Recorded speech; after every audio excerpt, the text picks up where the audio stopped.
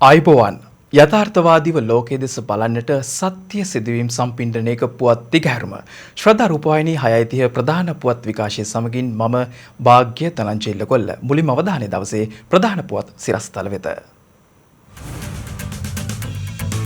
Dengue මදුරුවන් බෝවීමේ වැඩි ප්‍රවණතාවක් ඇත්තේ ඉදිකිරීම් පරිශ්‍ර තුළ බවට ජාතික ඩෙංගු මර්ධන ඒකකයෙන් අනාවරණයක්.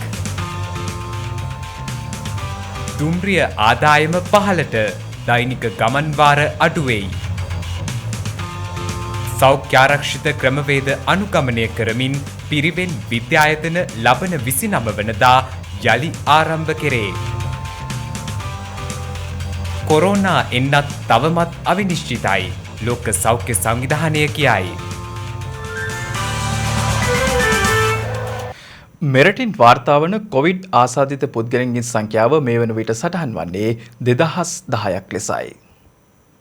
ඊයේ දිනේදී නවාසාදිතින් 9 දෙනෙකු හඳුනාගත් අතර ඔවුන් සියලු දෙනා නාවික හමුදා සමාජිකින් බවයි වාර්තා වන්නේ. මේ වන විට COVID-19 වෛරසය ආසාදනය වී සුවය ලැබූ පුද්ගලයන්ගේ සංඛ්‍යාව 1619ක් ලෙසයි සටහන් වන්නේ. එමෙන්ම වෛරසය ආසාදනය වූවන් 380 දෙනෙකු දිවයිනේ රෝහල් කිහිපයක ප්‍රතිකාර ලබන බවයි වසංගත රෝග විද්‍යායකකය සඳහන් කළේ. රෝහල්වල වෛරස් ආසාදිතයන් යැයි සැක සහිතව ප්‍රතිකාර ලබන පුද්ගලයන්ගේ සංඛ්‍යාව 36ක් වන අතර මේ දක්වා මෙරටින් වාර්තා වන මරණ සංඛ්‍යාව 11ක්. මේ අතර ලෙබනනයේ රැඳී සිටි ශ්‍රී ලාංකිකයන් 171 දෙනෙකු රැගත් විශේෂ ශ්‍රී ලංකන් ගුවන් යානයක් අද අලුයම මෙරටට පැමිණ තිබෙනවා. එම ගුවන් මගින් ගුවන් තොටුපළ තුලදීම PCR පරීක්ෂණයට ලක් කළ බවයි ගුවන් තොටුපළ වාර්තාකරු සඳහන් කළේ. එසේම පිලිපීනයේ සේවය කිරීමෙන් අනතුරුව මෙරටට පැමිණි කණ්ඩායමක් නිරෝධායන කාල සීමාවට ලක්වීමෙන් පසුව අද සිය නිවෙස් වෙත පිටත්ව ගියා. ඔවුන් දින 14ක කාලයක් දඹුල්ල ග්‍රීන් පැරඩයිස් හෝටලයේ මෙලෙස නිරෝධායනයට ලක් වී තිබුණා. 111 දෙනෙකුගෙන් යුත් කණ්ඩායමකුයි මෙසේ නිරෝධායනයට ලක් කර තිබෙන්නේ. එම පිරිස ශ්‍රී ලංකා යුද හමුදා විසින් ආරක්ෂිතව නිවෙස් වෙත පිටත් කර යැවීමට පියවරගෙන තිබෙනවා. ශාස්ත්‍රක අභියෝගතා සමායතන ව්‍යාපෘතියේ MCC සමාලෝචන කමිටුවේ අවසන් වාර්තාව ඊයේ දහවල් ජනාධිපති කාර්යාලයේදී ජනාධිපති ගෝඨාභය රාජපක්ෂ මහතා වෙත බාර දෙනු ලැබුවා. නිවේදනයක් නිකුත් කරමින් ජනාධිපති මාධ්‍යංශය පවසන්නේ කමිටු වාර්තාව ජනතාවගේ අවධානයට යොමු කිරීමට කටයුතු කරන බවයි. විද්වත් කණ්ඩායම් ස්වේච්ඡා සංවිධාන රජයේ ආයතන පුද්ගලයන් ඇතුළු පාර්ශව රැසක අදහස් සහ යෝජනා විමර්ශනය කරමින් මාස 6ක කාලයක් තිස්සේ කළ අධ්‍යයනයකින් පසුවයි එම කමිටු වාර්තාව සම්පාදනය කර ඇත්තේ. පසුගිය රජය 2017 සහ 2018 වසරවල MCC ගිවිසුමේ අධීර දෙකකට අත්සන් තබා ඇති බව එය භාර දෙමින් කමිටු සභාපති කොළඹ විශ්වවිද්‍යාලයේ ආර්ථික විද්‍යාව පිළිබඳ මහාචාර්ය ලලිත සිරි ගුණරුවන් මහතා පැවසුවා. ඒ යටතේ ඇමරිකානු ඩොලර් මිලියන 7.4ක් සහ මිලියන 2.6ක් ප්‍රදානය කර ඇතත් ඊට අදාළ ගිණුම් විස්තරයක් කිසිදු තැනක දක්නට නැති බවයි ඒ මහතා සඳහන් කර ඇත්තේ. ව්‍යාපෘතිය පාර්ලිමේන්තු පනතක් වශයෙන් සම්මත කිරීමෙන් පසු ප්‍රතිවිරුද්ධ මතයක් හෝ යෝජනාවක් ඉදිරිපත් කිරීම ගිවිසුමට පටහැනිවීමක් බවද ගුණරුවන් මහතා සඳහන් කර තිබෙනවා. MCC ගිවිසුම ක්‍රියාත්මක කළ සෙසු රටවල වත්මන් තත්ත්වය කෙරෙහිද කමිටු සමාජිකයෝ ජනාධිපතිතුමාගේ අවධානය යොමු කළ බවද ජනාධිපති මාධ්‍යංශය නිකුත් කළ නිවේදනයේ දැක්වෙනවා. කමිටුවේ සියලු කරුණුවලට සාවධානව සවන් දුන් ජනාධිපතිතුමා වාර්තාවේ නිර්දේශ ජනතා අවධානයට යොමු කරන ලෙසයි ජනාධිපති ලේකම්වරයාට උපදෙස් ලබා දී ඇත්තේ. මේ මිලෙනියම් චැලෙන්ජ් එකේ කරපු ලෝකයේ රටවල් හුඟක් තැන්වල ඒ අවුරුදු 2-3ක් යනකොට ජනාධිපතිතුමනි මේ මිනිස්සුන්ගේ ඉඩම් ටික විදේශිකයෝ විසින් දැහැගෙන තියෙනවා. මේකේ තියෙනවා ජනාධිපතිතුමනි අපිට පෙනිච්ච තව ගැටලුවක්. ඒක තමයි මේගොල්ලෝ ඇවිල්ලා අස්සම් කළාට පස්සේ පනත මේක ක්‍රියාත්මක කරන්න පටන් ගත්තට පස්සේ මේක අතරමඟ නවත්තනවා. මොකක් හරි දහසට කරුණක් දාලා ආණ්ඩුව ප්‍රජාතන්ත්‍රවාදී නැහැ මානව අයිතිවාසිකම් උල්ලංඝනය කරලා ඔහොම කියලා මේක පාට ප්‍රධානය නවත්තනවා. ප්‍රධානය නැවතුවට මේකේ කොන්දේසි තියෙනවා. ඒගොල්ලන්ගේ ඉන්ට්‍රස්ට් රැකීම සඳහා ඒ කට්ටිය මෙහි ඉන්නවා කියලා. ඉතින් ඒකට ඕන කරන කොන්දේසි ටික හරි ලස්සනට මේක ඇතුලේ ගැට ගහලා නූල් බෝලයක් වගේ දාලා තිනවා. අපි එන්නම් අස්සම් කරන්න පටන් ගන්නම් ආපහු යන්න බෑ. ඒක ආධාරයක් තමයි. ණය නෙමෙයි. ආධාරය ගත්ත එකයි. හැබැයි ආධාරයත් එක්ක හදන gedara දොරේ අතුර අපි යාට දෙන්න ඕන. ඒකයි කොන්දේසිය. ඉතින් දොරේ අතුර දුන්නයි කියන්නේ ගේ අපිට අයිති නෑ කියන එකයි ඊට පස්සේ. ඉතින් ඒකට අපිට එකඟ වෙන්න බෑනේ. ඉතින් ඒකට ඕන කරන කොන්දේසි රාමුව තමයි මේක ඇතුලේ හදලා තියෙන්නේ. මේ අතර රජයේ අනවශ්‍ය ලෙස මැදිහත් වීමෙන් කුඩා පරිමාණ ව්‍යාපාරවල දියුණුවට බාධා විය හැකි බව ජනාධිපති ගෝඨාභය රාජපක්ෂ මහතා පවසා තිබෙනවා. ඒ රූපලාවන්‍ය කේශාලංකරණ ශිල්පීන්ගේ ගැටලු සාකච්ඡා කිරීම සඳහා ඊයේ පස්වරුවේ ජනාධිපති කාර්යාලයේ පැවති සාකච්ඡාවක් අතරතුරදී එහිදී ජනාධිපතිවරයා අවධාරණය කර ඇත්තේ ඒ සඳහා අවශ්‍ය වන්නේ පහසුකම් සහ නිපුණතා සංවර්ධනයට සහාය වීම වන බවයි. රූපලාවන්‍ය හා කේශාලංකරණ ශ්‍රේෂ්ත්‍රයේ නිරත වන්නන්ගේ වෘත්තීයභාවය වැඩි දියුණු කිරීම, මූල්‍ය පහසුකම් සැලසීම හා වෙළඳ ප්‍රවර්ධන හැකියාව ලබා දීම රජයේ වගකීම් බව ජනාධිපතිතුමා එහිදී පවසා තිබෙනවා. එහිදී රූපලාවන්‍ය වෘත්තියක් ලෙස ගුණාත්මකව පවත්වාගෙන යාමට අවශ්‍ය පුහුණුව ලබා දීම පිළිබඳව දීර්ඝ වශයෙන් සාකච්ඡාවට ලක් වී ඇති බවද ඒ සම්බන්ධයෙන් ජනාධිපති මාධ්‍යංශය නිකුත් කළ නිවේදනයේ දැක්වෙනවා. ජාතික වෘත්තීය සුදුසුකම් පාඨමාලාවේ NVQ 5, 6 සහ 7 අදියර සිංහල, දෙමළ සහ ඉංග්‍රීසි භාෂා තුනෙන්ම පැවැත්වීමට අවශ්‍ය කටයුතු සැලසුම් කරන ලෙසද ජනාධිපතිවරයා උපදෙස් ලබා දෙනු ලැබූ බවද එම නිවේදනයේ සඳහන්. ඩෙංගු කීටයන් වැඩි වශයෙන් බෝවන ස්ථාන අතර ඉදිකිරීම් ශේෂ්ත්‍ර කැපී පෙනෙන බව ජාතික ඩෙංගු මර්ධන ඒකකය සඳහන් කරනවා. ජාතික ඩෙංගු මර්ධන ඒකකය විසින් වසරක් පාසා ඉදිකිරීම් පරිශ්‍ර ආශ්‍රිතව සිදු කර ඇති කීට විද්‍යා සමීක්ෂණවලට අනුව තහවුරු වී ඇත්තේ ඉදිකිරීම් පරිශ්‍රවල විශාල වශයෙන් ඩෙංගු කීටයන් වර්ධනය වන බවයි. මේ හේතුවෙන් එම පරිශ්‍රවල සේවයේ නිරත පුද්ගලයන්ට සහ ඒ අවට පදිංචිකරුවන්ටද ඩෙංගු රෝගය බෝවීමේ අවදානම වැඩි බව ඩෙංගු මර්ධන ඒකකයේ අධ්‍යක්ෂ වෛද්‍ය අරුණ ජයසේකර මහතා පවසනවා. දැන් පවතින වර්ෂාවත් සමග ඩෙංගු රෝගයේ වැඩිවීමේ අවදානමක් තියෙනවා. මේ නිසා විශේෂයෙන්ම ඩෙංගු මදුරුවන් බෝවිය හැකි ප්‍රධානතම ස්ථාන වශයෙන් ක්ලීන් ස්ථාන සම්බන්ධයෙන් අපි විශේෂ වැඩසටහන මේ මාසයේ 25 වෙනිදා සිට ආරම්භ කළා. දිවයිනේ දිස්ත්‍රික්ක 7ක් මේ මගින් අපි මේ ප්‍රදේශවල තියෙන ප්‍රධාන ඉදිකිරීම් ස්ථාන සියල්ලම පරීක්ෂා කර මදුරුවන් බෝවිය ස්ථාන තිබෙනවා.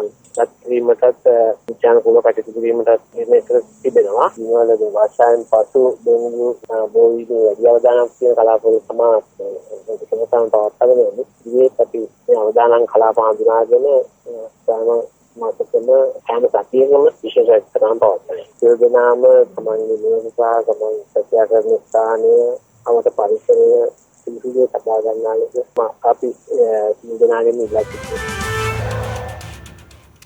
පාසල් ආරම්භ කිරීමට සමගාමීව සියලු පිරිවෙන් විද්‍යායතන සහ සීල මාතා අධ්‍යාපන ආයතන ආරම්භ කිරීමට අධ්‍යාපන අමාත්‍යාංශය තීරණය කර තිබෙනවා. COVID-19 වෛරසයේ ව්‍යාප්තිය හේතුවෙන් වසා තැබූ දිවයිනේ සියලු පිරිවෙන් හා සීල් මාතා අධ්‍යාපන ආයතන පාසල් ආරම්භයට සමගාමීව අධීර 4ක් යටතේ ආරම්භ කිරීමට අධ්‍යාපන අමාත්‍යාංශය තීරණය කර තිබෙනවා. ඒ අනුව පළමු අධීර යටතේ ජූනි මාස 29 වන දින සිට ජූලි මාස 3 වෙනිදා දක්වා සියලු පිරිවෙන් ගුරුවරුන් සේවයට වාර්තා කළ යුතු අතර අදාළ ග්‍රාම සේවා වසමේ මහජන සෞඛ්‍ය පරීක්ෂකවරයාගේ නිර්දේශ සහිතව ආයතන පරිශ්‍රයන් තුළ විෂ බීජ හරණ කටයුතු සිදු කර ඉගෙනුම් ඉගැන්වීම් ක්‍රියාවලියට අවශ්‍ය ඉදිරි කටයුතු සැලසුම් කරගත යුතු බවටයි උපදෙස් ලබා දී ඇත්තේ. දෙවන අධීර තුර ශිෂ්‍ය සංඛ්‍යාව 100ට අඩු මූලික පිරිවෙන්, මහ පිරිවෙන් සහ සීල මාතා අධ්‍යාපන ආයතනයෙහි ජූලි මාස 6 වන දින සිට ඉගෙනුම් කටයුතු ආරම්භ කරනවා. ශිෂ්‍ය සංඛ්‍යාව 100ට වඩා වැඩි මූලික පිරිවෙන්වල 4 වසර සහ 5 වන වසරත්, මහා පිරිවෙන්වල 5 වන වසර, ප්‍රාචීන ප්‍රාරම්භය, ප්‍රාචීන මධ්‍යම, ප්‍රාචීන අවසාන ශ්‍රේණි සහ 13 වසර සඳහාත්, විද්‍යායතන පිරිවෙන් තුල 11 වසර සහ 13 වසර සඳහාත් ජූලි මාස 6 වන දින සිට ඉගෙනුම් කටයුතු ආරම්භ කිරීමටයි කටයුතු සැලසුම් කර ඇත්තේ.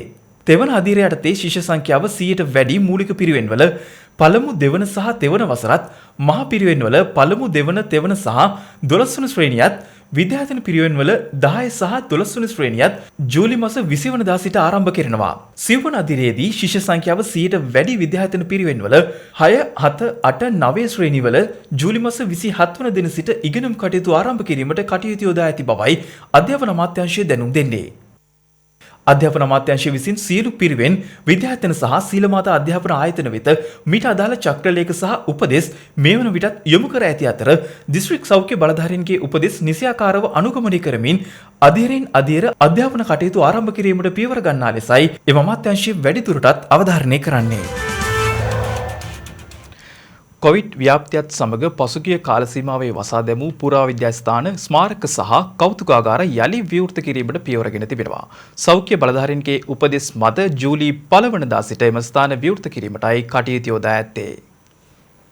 දිවයින පුරා පැතිර ගිය කොවිඩ් වෛරසය හේතුවෙන් තාවකාලිකව වසා දැමුණු පුරාවිද්‍යාත්මක ස්ථාන, ස්මාරක සහ පරිශ්‍ර නැවත විවෘත කිරීමට පියවරගෙන ඇති බව බුද්ධ ශාසන, සංස්කෘතික හා ආගමික කටයුතු අමාත්‍යාංශයේ නිවේදනයක් නිකුත් කරමින් පවසනවා. වෛරසය පැතිරීම හේතුවෙන් මහජන ආරක්ෂාව උදෙසා මෙම ස්ථාන තාවකාලිකව වසා දැමුණද මේ වන විට රට තුළ පවත්නා හිතකර වාතාවරණය හේතුවෙන් නැවත දේශීය සංචාරකයන්ට මෙලෙස පුරාවිද්‍යාත්මක ස්ථාන ස්මාරක සහ පරිශ්‍ර විවෘත කිරීමට පියවර ගන්නා බවයි එම නිවේදනය මගින් අමාත්‍යාංශයේ ලේකම් එම්.කේ. බන්දුල හරිස්චන්ද්‍ර මහතා පවසන්නේ.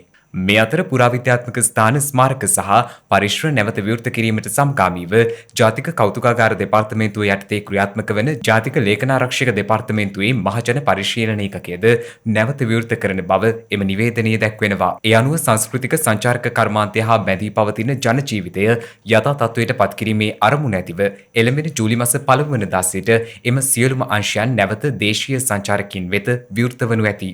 සෞඛ්‍ය බලධාරීන්ගේ උපදෙස් පරිදි 1 වෙනිදා සිට විවෘත වන ජාතික ලේඛනාරක්ෂක දෙපාර්තමේන්තුවේ මහජන පරිශීලන ඒකකය ඇතුළු පුරාවිද්‍යාත්මක ස්ථාන ස්මාරක සහ පරිශ්‍ර ඒ ආයතනයන් මගින් ක්‍රියාත්මක කරන යම් යම් සීමා කිරීම්ද සහිතව විධිමත් ආරක්ෂිත වැඩපිළිවෙලක් ලෙස ක්‍රියාත්මක කරන බවයි එම නිවේදනයේ වැඩිදුරටත් සඳහන් වන්නේ.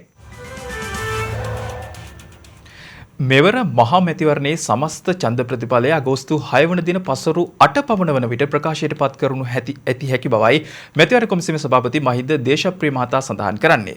මොණරාගල සහ හම්බන්තොට දිස්ත්‍රික්ක ඒකාබද්ධව මොණරාගල රාජකීය විද්‍යාලයේ අද පැවති ආදර්ශ ඡන්ද ගණන් කිරීමේ වැඩසටහනකට එක්වෙමුණුයි ඔහු මේ බව සඳහන් කළේ.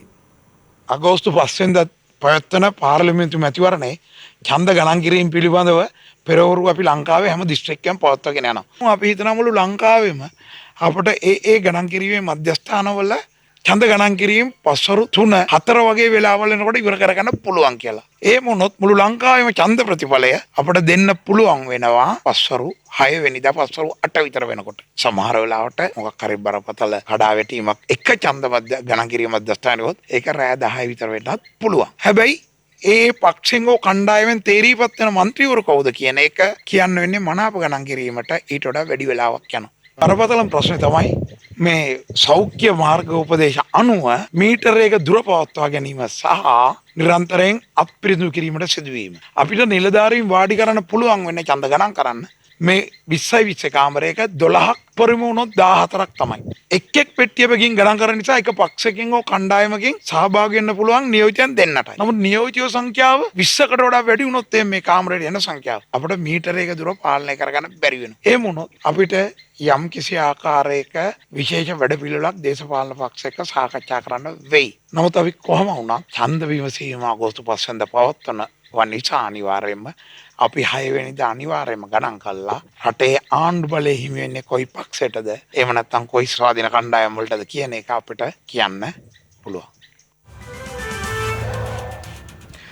දිවයිනේ ප්‍රදේශ කිහිපයකට ඉදිරි පැය 24 තුළ මිලිමීටර 75 ඉක්මවන තද වැසි ඇති විය හැකි බව කාලගුරු විද්‍යා දෙපාර්තමේන්තුව සඳහන් කරනවා.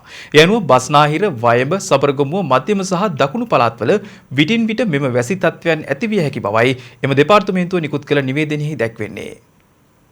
අද උදෑසන 8:30 වන විට වැඩිම වර්ෂාපතන ලෙස කෑගල දිස්ත්‍රික්කයේ දැරණියගලින් මිලිමීටර 107ක වර්ෂාපතනයක් වාර්තා වුණා. රත්නපුර දිස්ත්‍රික්කයේ කිරියැල්ල ප්‍රදේශයෙන් මිලිමීටර 101.5ක්ද, කළුතර දිස්ත්‍රික්කයේ හල්වතුරු ප්‍රදේශයෙන් මිලිමීටර 100ක් ලෙසද වර්ෂාපතනය වාර්තා වී තිබුණා. මීට අමතරව කෑගල දිස්ත්‍රික්කයේ කහන්විට ප්‍රදේශයෙන් මිලිමීටර 97ක් සහ අනුරාධපුර දිස්ත්‍රික්කයේ කලවැති උල්පත ප්‍රදේශයට මිලිමීටර 83ක්ද, අම්පාර දිස්ත්‍රික්කයේ අක්කරේපත්තුව ප්‍රදේශයට මිලිමීටර 82.5ක් මෙන්ම නූරෙලි දිස්ත්‍රික්කයේ වටවල ප්‍රදේශයට මිලිමීටර 81.5ක් ලෙසයි වැසි ලැබී තිබුණේ. මේ අතර හාලිඇල සහ බදුල්ල යන ප්‍රදේශවලටද ඊයේ සිට ඇදහැල්ලෙන වර්ෂාපතන නිසා ඇල්ල කොළඹ ප්‍රධාන මාර්ගයේ හාලිඇල බෝගහමඩිත ප්‍රදේශයේදීද මාර්ගය හරහා ජලය හා පස් වැටීම නිසා ගමනාගමනයටද දැඩි බාධා එල්ල වුණා. මාර්ගය හරහා කලා ගිය ජල පහර නිසා අසල පිහිටි නිවස් කිහිපයක ජනතාවද පීඩාවට ලක් වුණා.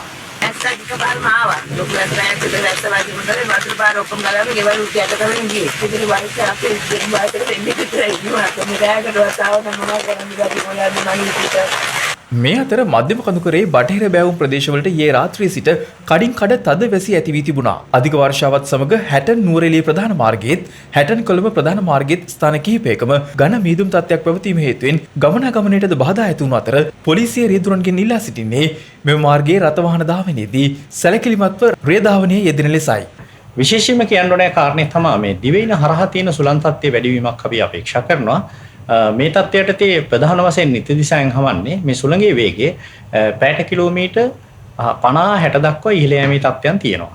ගිගුරුන් සහිත වැසි පවතින විට తాවකාලිකව තද සුළං වැඩි වෙන්න හැකියාවක් තියෙනවා. එතකොට අකුණු අනතුරු ඇතිවීමේ තත්ත්වයන් තියෙනවා. මේ අනුව විශේෂයෙන්ම ජනතාවට මතක් කරනවා මේ අකුණු අනතුරු වලින් සිදුවන හානි වළක්ව ගන්නත් අවශ්‍ය ක්‍රියාමාර්ග ගන්න කියලා. දිවයින වටා මුහුදු තීරය ගත්තොත් විශේෂයෙන්ම මන්නාරම ඉඳන් කොළඹ හරහා පොතුවිල් දක්වාම තියෙන වෙරළබඩ තීරයට ඔබ්බෙන් තියෙන ගැඹුරු සහ නොගැඹුරු මුහුදු තීරවල අඩින් කඩ වැසි හෝ ගිගුරුන් සහිත වැසි තත්ත්වයන් නිර්මාණය වෙනවා. ඒ මුහුදු සීමාවේ සුළඟද සාමාන්‍යයෙන් පැයට කිලෝමීටර් 50-60 දක්වා ඉහළ යෑමේ තත්ත්වයන් තියෙනවා. වැසි පවතින විට මේ මුහුදු සීමාව තරමක් රළු වීමේ හැකියාවක් තියෙන්න පුළුවන්. මීට අමතරව අපිට ප්‍රකාශ කරන්න ඕනේ මේ අද තියෙන වර්ෂාපතන තත්ත්වය ක්‍රමක්‍රමයෙන් අඩු වෙන ලකුණු. ඒ කියන්නේ නිදි කොටසේ තියෙන වර්ෂාපතනය අඩු වෙන්න පුළුවන්. හෙට දිනේ අනිත් දිනේ වෙනකොට ටික ටික සාපේක්ෂව අඩුවීමක් නැත්නම් ප්‍රමාණාත්මකව අඩුවීමක් අපි අපේක්ෂා කරනවා. ජීවිතේ විටින් විට අපිට ප්‍රතික්ෂේප වීම වලට මුහුණ දෙන්නට සිදු වෙනවා. නමුත් එම ප්‍රතික්ෂේප වීම ජීවිතයේ ඉතිරි ගමනට ශක්තියක් කර ගැනීමටයි අප අදිටන් කළ යුත්තේ. එලෙසින් ප්‍රතික්ෂේප වීම ජීවිතයට ශක්තියක් කරගත් ධීර කාන්තාවක් ගැනයි මේ. මේ ඉන්නේ සාලු මරද තිම්මක්කා. ඉන්දියාවේ කර්ණාටක ප්‍රාන්තයේ කුඩා ගමක තමයි මේ අපේ කතා නායිකාව ජීවත් වුණේ. හරි හමන් අධ්‍යාපනයක් නොමැති නිසා ඇය ගල්වලක කම්කරු සේවිකාවක ලෙස වැඩ කළා. තිම්මක්කා විවාහකයි. නමුත් විවාහෙන් වසර 25ක් ගත වුණත් ඇයට දරු සුරතල් බලන්න වාසනාව ලැබුණේ නැහැ. ඒ නිසා ඇය දෙස ගම්මුන් බැලුවේ වඳ ගැහැණියක් ලෙසයි. මේ නිසාම ඇයට සියදිවි නසා ගැනීමට පවා සිත යොමු වී තිබෙනවා. නමුත් කාලයේ ගතවෙත්ම ඇයගේ සිතට අපූරු අදහසක් එනවා. දරුවෙකුට උපත දීමට නොහැකි වුණත් ඇය කර්ණාටකයේ දරුවන්ට හුස්ම දෙන වැඩක් පටන් ගත්තා. ඒ තමයි ඇය ජීවත් වුණු කර්කශක මේ ගමේ නුග ගස් වවන්න පටන් ගත්ත තීරණය. ඇය තම ග්‍රාමයේ දිගේ දෙවෙන ප්‍රධාන මාර්ගයේ දෙපස ගස් වවන්න පටන් ගත්තා. තනිවම නෙමෙයි. ඇගේ සැමියාද මේ කටයුත්තට එකතු වුණා. අවාසනාවකට 1991 දී ඇගේ සැමියා මිය යනවා. නමුත් තිම්මක්කා ඇගේ මේ කටයුතු නතර කළේ නැහැ. මාස ගණනාවක් වතුර පිඳක්වත් නොලැබී තිබුණු මේ පොළව හා ගැටෙමින් ඇය පැල සිටෙව්වා. වැස්සක් නැති නිසා ඈත ඉඳන් වතුර ගෙනල්ලා මේ කුඩා නුග පැලවලට වතුර දැම්මා. වන සතුන්ගෙන් පැල බේරාගන්න ගොඩක් මහන්සි වුණා. දවසින් දවස මේ ගස් ඇගේ සෙවණේ වැඩෙන්න පටන් ගත්තා. අවසානයේ මේ කුඩා පැල ප්‍රධාන පාර දෙපස සිසිල සෙවණ ගෙන දෙන වන අරණක් බවට පත් වුණා. තිමක්කායින් නැවතුනේ නැහැ. මේ වන විටත් ගස් 8000කටත් වඩා සිටුවා ඒවා රැක බලාගෙන තිබෙනවා. ඇය තමාගේ දිවියෙන් අවුරුදු 66ක්ම කළේ ගස් හිටවන එකයි. ඇයට එදා අපහාස කළ අය අද ඇයට සලකන්නේ මෙහෙමයි.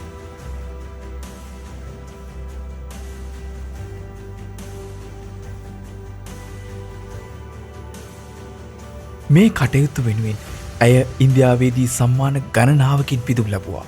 ඉන්දියාවේ ජාතික පුරවැසි සම්මානය හිමි කරගත් ඇය පද්ම ශ්‍රී සම්මානයෙන්ද පිදුම් ලැබුවා.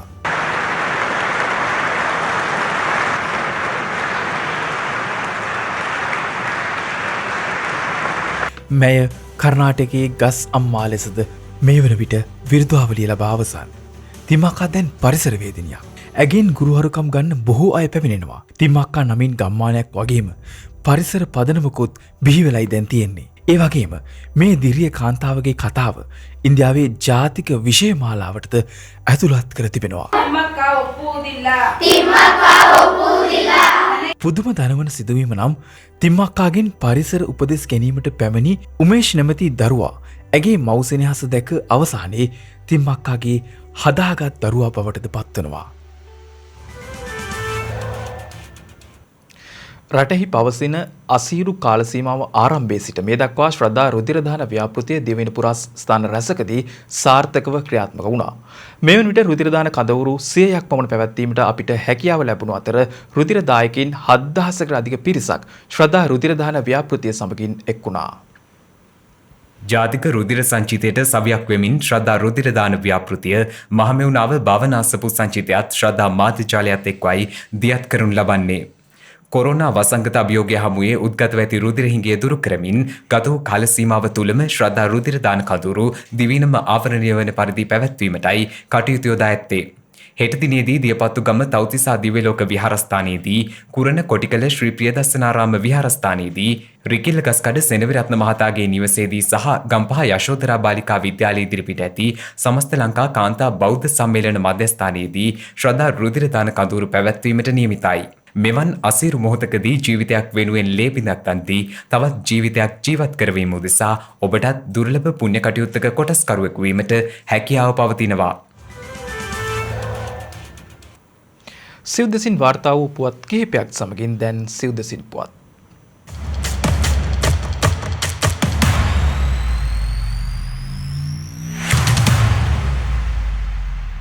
දැනට පවත්නා සාම්ප්‍රදායික ඉඩම් ලියාපදිංචි කිරීමේ ක්‍රමවේදය වෙනුවට විද්‍යුත් ක්‍රමයට ඉඩම් ලියාපදිංචි කිරීමේ නව ක්‍රමවේදයක් ලබන අගෝස්තු මාසයේ සිට හඳුන්වා දීමට සැලසුම් කර ඇති බව රෙජිස්ට්‍රාර් දෙපාර්තමේන්තුව පවසනවා. Registrar general එන්.සී. විතානගේ මහතා සඳහන් කරන්නේ වත්මන් ක්‍රමවේදය තුළ කූට ලේඛන සකස් කිරීම ඇතුළු විවිධ වංචා සහ අක්‍රමිකතාවලට අවස්ථාව සැලසී ඇති බවයි. එවැනි පැමිණිලි 300කට වැඩි ප්‍රමාණයක් වසරකට එම දෙපාර්තමේන්තුව වෙත ලැබෙන බවද ඔහු පෙන්වා දෙනවා. කෙසේ වෙතත් නව විද්‍යුත් ඉඩම් ලියාපදිංචි කිරීමේ ක්‍රමවේදය ඔස්සේ එවැනි වංචනික ක්‍රියාවන් වැළකීම අතර ඉඩම් ලියාපදිංචි කිරීම කාර්යක්ෂමව සිදු කිරීමට හැකියාව ලැබෙන බවයි එම මහතා වැඩිදුරටත් සඳහන් කර ඇත්තේ.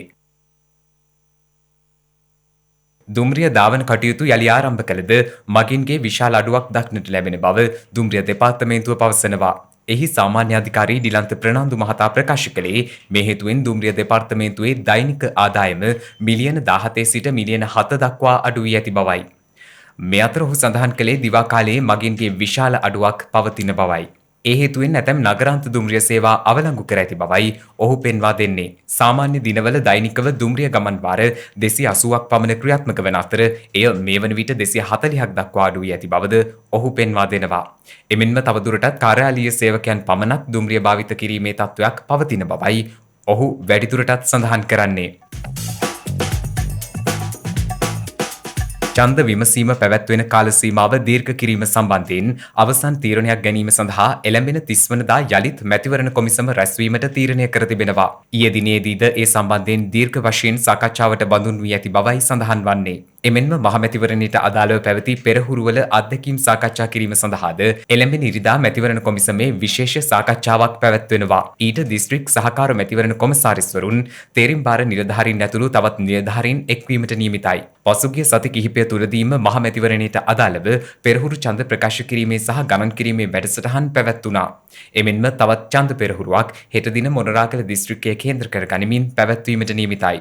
ඉදිරි දින කිහිපය තුළදී මහනුවර කුරුණෑගල සහ වන්නි දිස්ත්‍රික්කය කේන්ද්‍ර කර ගනිමින් පෙරහුරු ඡන්ද විමසීම් පැවැත්වීමට නියමිත බවයි මැතිවරණ කොමිසම පවසන්නේ.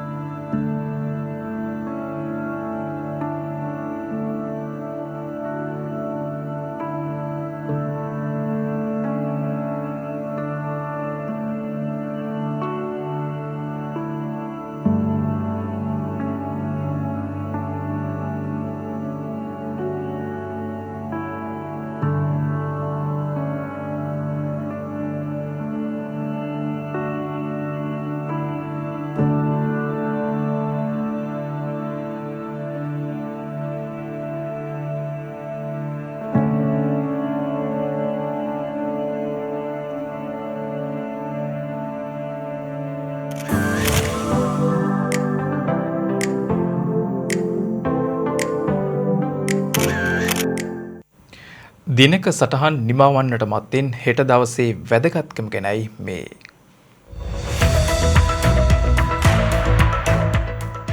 හෙට ජුනි මස 27 වනදා ශුද්ධ කුඩා හා මධ්‍යම ප්‍රමාණයේ විවසාය දිනය ජුනි මස 27 වන දිනට එනම් හෙට දිනට දී තිබෙනවා. තිරසර සංවර්ධනයට සහ ගෝලීය ආර්ථිකයට ඔවුන් දක්වන දායකත්වය පිළිබඳව මහජනතාව දැනුවත් කිරීම සඳහායි එක්සත් ජාතීන්ගේ මහා මණ්ඩලය විසින් මෙම දිනය ප්‍රකාශයට පත් කර ඇත්තේ. ලොව ප්‍රථම පළමු න්‍යෂ්ටික බලාගාරය රුසියාවේ මොස්කව් නගරය ආසන්නයේ ඔප්නිංසි විවෘත කර ඇත්තේ 1954 ජුනි මස 27 වන දිනයි. බාහිර ජාලයකට සම්බන්ධ කළ පළමු න්‍යෂ්ටික බලාගාරයද වන්නේ මෙම න්‍යෂ්ටික බලාගාරයයි. ජපානයේ සම්බත මුදල් ලේඛකය ලෙස රවුම් වස්තුවක් යන අර්ථය ඇති යෙන් පනතක් මගින් සම්බත වී ඇත්තේ 1872 ජුනි 27 වන දිනයි. එම මුදල් ලේඛකය එක්සත් ජනපද ඩොලරයට හා යුරෝවට පසුව විදේශ විනිමය වෙළඳපොළ තුළ වැඩිම වෙළඳාම් කරන ලද තුන්වන මුදල් ලේඛකයයි.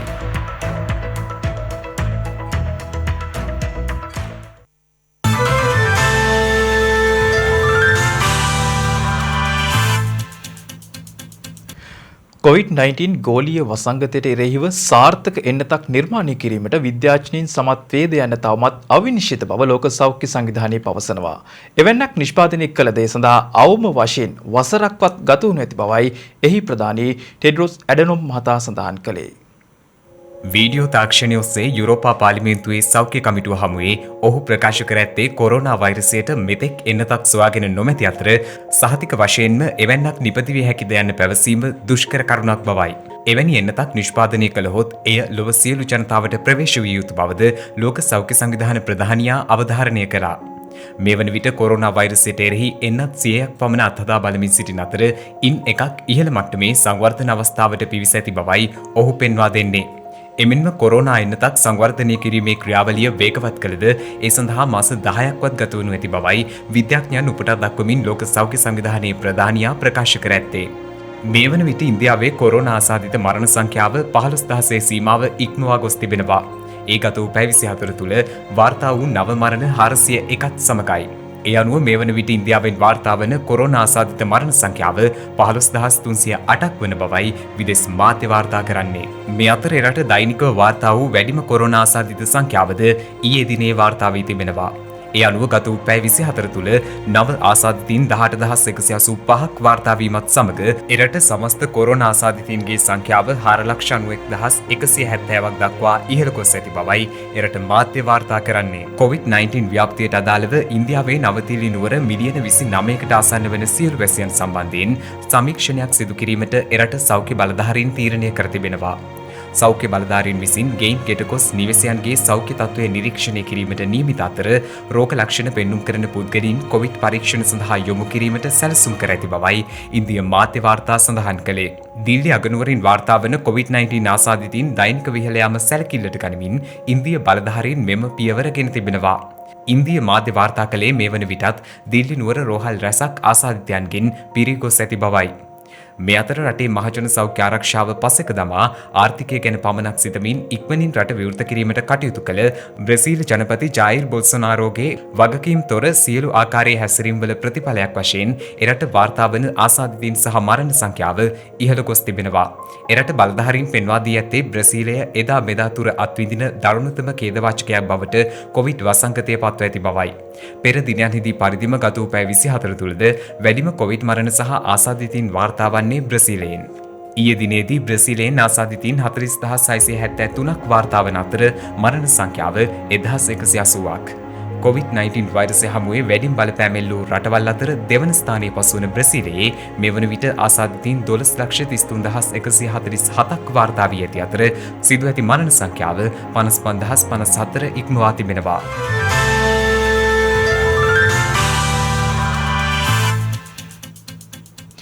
ඒත් සමගින් ශ්‍රද්ධා ප්‍රධාන පුවත් විකාශය මේ නිමාවට පත්වෙනවා. හමුවෙමු හෙටත් සවස 6:30ට. තෙරුවන් සරණයි. නමෝ බුද්ධාය. මෙවැනි වැදගත් පුවත් නැරඹීම සඳහා ශ්‍රද්ධා TV News YouTube channel එක subscribe කර සීනුව සලකුණ වන්න.